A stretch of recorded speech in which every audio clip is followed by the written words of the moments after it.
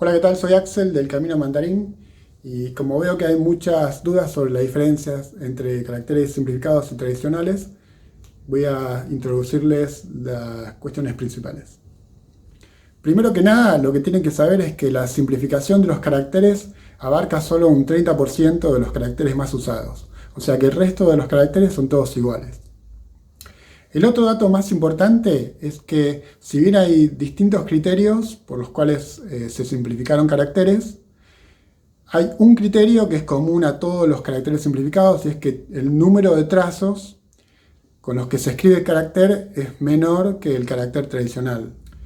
Entonces, la pregunta que surge ¿es más fácil aprender los caracteres simplificados que los tradicionales?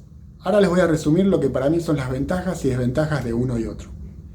Las ventajas o utilidades de los caracteres simplificados, en mi punto de vista, es uno, que al tener menos trazos se escribe más rápido, aunque ahora ya casi ni se escriben los caracteres, sino que más que nada se tipean, así que esa ventaja ahora es relativa. En el momento que se simplificó, donde se dependía exclusivamente de la escritura a mano, salvo por la máquina de escribir, pero la gente se manejaba con escritura a mano, el hecho de poder escribirlos más rápidos sí representaba una ventaja un poco más marcada. Aunque siempre, en cualquiera de los estilos, siempre hay una forma de cursiva que hace que se pueda escribir más rápido. Otra ventaja de los caracteres simplificados es que, a ver, en muchos caracteres hay una estructura, la mayoría común, en que una parte del carácter, el radical, te orienta o te clasifica el significado y otra parte te ayuda con el sonido, aunque la otra parte, si bien hay un debate al respecto para mí, aunque muchos la señalan como una parte vacía en significado, en realidad es la parte original que da el significado del carácter, porque el radical clasifica el significado, pero no lo da. Es la otra parte la que lo da. Pero sí ha pasado que en varios caracteres esa parte ha quedado, ha evolucionado o se ha reemplazado o se ha perdido, entonces dejó de tener cierta función, ya sea o semántica o incluso dejó de tener la función de ayudar con el sonido, porque las pronunciaciones, los sonidos también han ido cambiando a lo largo con el paso del tiempo. Entonces, en algunos caracteres simplificados, esa parte sonora se reemplaza y ayuda un poco más con el tema de la identificación del sonido del carácter, en algunos, no todos. La otra ventaja o utilidad de los caracteres simplificados es que es la más obvia y es que se usa en China continental, o sea que para los que estudian chino porque quieren comunicarse con chinos de China continental, obviamente les va a convenir estudiar caracteres simplificados. Esto no significa que en China no se usen los tradicionales, no es que se han prohibido. Los tradicionales todavía se usan en escrituras antiguas o en cosas artísticas o incluso los chinos mayores o adultos mayores en general entienden ambas formas porque al principio, cuando se establecieron los simplificados, todavía se enseñaban en China ambos sistemas, o sea, se seguía enseñando el chino tradicional. Recién en las últimas décadas que se empezó a enseñar solo simplificado.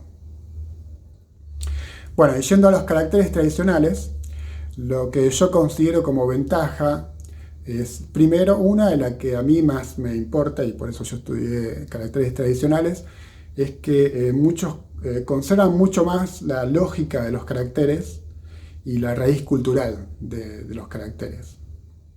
Dos, y bueno, relacionado con lo anterior, para mí también son más fáciles de aprender, porque si bien son un poco más, o sea, llevan más trazos, se puede decir que son un poco más complejos, al conservar la lógica, por ejemplo, en el caso de los ideogramas, al conservar la lógica, es mucho más fácil de memorizar, porque uno memoriza generando relaciones, entonces si uno entiende la lógica de la composición del carácter, lo aprende mejor que si no, que lo tiene que estudiar más de memoria y sin mucha razón.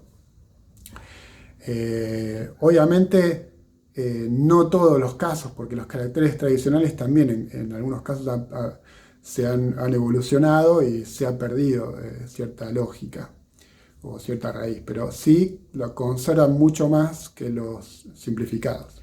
Y a su vez, al tener más trazos, son más fáciles para mí de identificar en la lectura. Si bien requiere algunos pocos más trazos para escribir, no siempre son muchos trazos, pueden ser 2 o 3 trazos más.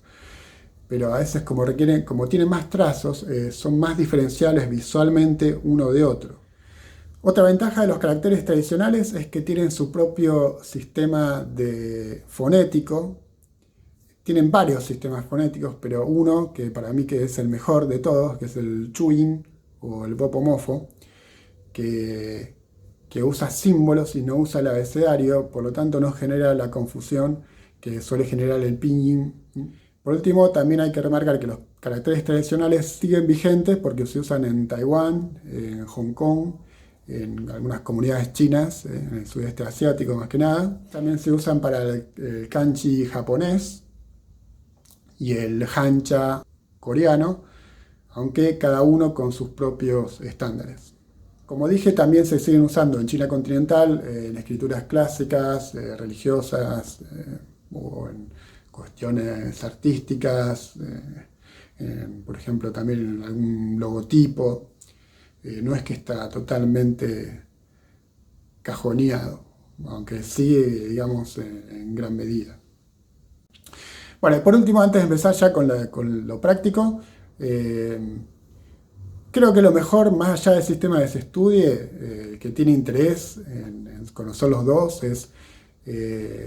para mí la mejor opción es elegir el sistema de estudio principal, pero en la medida que se va aprendiendo, ir familiarizándose con el otro sistema. Hay libros manuales, muchos manuales, por ejemplo, el que yo uso de chino simplificado, que al final ponen los textos de las lecciones en chino tradicional. O sea que el que quiere puede estudiar con chino simplificado, pero también cada vez que se estudia una lección, aprender o leer por lo menos la misma lección en chino tradicional. Quizás no enfocar el estudio, el aprendizaje en el segundo método, pero sirve muchísimo para ir familiarizándose.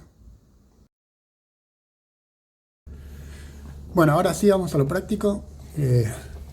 En principio yo iba a elegir algunos caracteres, pero para hacerlo más objetivo, vamos a mirar un poco los que ponen acá en este artículo de Wikipedia, que habla de la simplificación de los caracteres y da unos ejemplos de las distintas formas de simplificación. Y vamos a ver esta forma, porque acá hay varias interesantes. Vamos a verlo puntualmente. Bueno, tenemos acá Qin de cercano, íntimo, cercano. Acá la forma simplificada vemos que deja una parte sola del carácter. Acá en estos caracteres se elimina una parte. Pero fijémonos que lo que se elimina, por ejemplo acá Qin, esta primera parte de acá, esto significa leña, o tiene un sentido de leña. En realidad es un pictograma, son dos partes, en las cuales es esto como una estaca y otra es madera o árbol, que tiene el sentido de espina, algo que pincha. Bueno, así como está, tiene un sentido de leña en realidad. Y se elimina esta parte, que esta parte es tien, que es verse, encontrarse. Ver es un ojo, esto acá es un pictograma de un ojo. Aquí le haré unas piernitas, o sea que tiene sentido de ver, pero de encontrarse, mañana nos vemos, nos encontramos. O sea que Qin, la parte de cercano, por ejemplo, Qingren, la gente, una persona cercana, íntima, se le está eliminando la parte más importante, que es de verse, de encontrarse. Vamos a ver ahora el siguiente. Vamos a ver Li. Li es distancia o lejos o alejarse. En este caso, bueno, se elimina esta parte de acá, que esto es un pictograma de un pajarito. Esto es, perdón, un pictograma de un pajarito. Esto es un pictograma de un tipo de animal o una bestia, con la cabeza, la parte de atrás de la cola, algo así. Entonces sería un pajarito que se aleja de la bestia. También lo vi en algún otro estudio etimológico describiendo esto como una trampa, A mí me parece que es más un pictograma de una bestia, como está descrito en otros lados. Pero bueno, en cualquier caso, lo importante acá es que ante lo que sea que fuera esto, lo importante acá es el pájaro que se aleja, el pájaro que se aleja de esto porque es algo que el pájaro no quiere estar cerca. En la simplificación se elimina lo que yo creo que es lo más importante, que es, bueno, el pajarito, o por lo menos una parte del significado. Se elimina esto y queda esto solo, que no tiene un significado por sí mismo. Bueno, en este caso no es tan importante la simplificación, porque esto es un pictograma de un ala. Acá dos alas en el sol tienen sentido de, bueno, como un ave moviendo las alas. Shi significa practicar, repasar, que tiene el sentido, el ala moviéndose es el sentido de la repetición que uno tiene que hacer para practicar algo. En este caso dejaron solo un ala. Y acá, se pierde un poco, no se pierde mucho, por lo menos dejaron la parte, lo más importante que es el ala.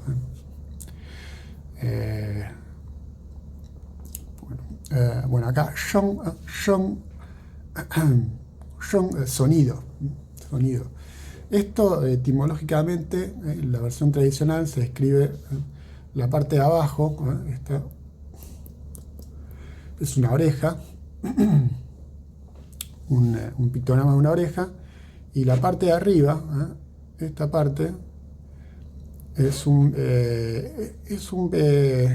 o tiene el origen de un pictograma de un instrumento musical. Bueno, en este caso dejaron solo esta parte, una parte del instrumento pero no está el oído que lo escucha. O sea, el sentido del carácter es lo que emite el instrumento que escucha al oído. Entonces es el sonido. O sea que eliminaron una parte, dejaron solo esto, el instrumento. Pero se pierde el sentido del ideograma, la relación entre estos dos, que al final da como resultado el sentido del sonido. Se golpea un instrumento, esto es la parte esto es un arma, es un carácter, es una especie de arma, bueno, en este caso es algo que golpea el instrumento y es captado por el oído, que es esta parte de acá. Bueno, se pierde lo que es ideograma y se deja una parte sola, que es el instrumento ese musical. Acá en este carácter, Quang, que significa espacio, espacioso, amplio.